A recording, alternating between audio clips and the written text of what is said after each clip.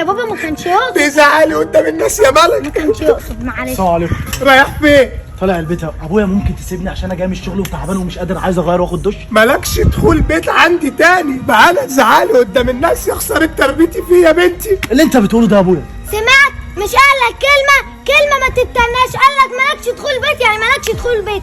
في ابن يزعق لابوه في الشارع؟ يعني شقايه وتعب راح على الفاضي. عارف يا ابويا، والله ما هتشوف وش تاني. قلبي وربي غضبانين عليك ليوم الدنيا اهي. هلا قولي لي يا مالك، باباكي كان بيزعق لمين امبارح؟ لاخويا. طب كان بيزعق ليه؟ عشان اخويا على صوتي على بابا في نص الشارع. معلش لا انا زعلانه. قفشتك تاني مرة توعدني يا ايهاب وما تجيليش. انا زهقت منك، دبلتك اهي. مي والنبي سيبيني في حالي، انا مش طايق حد.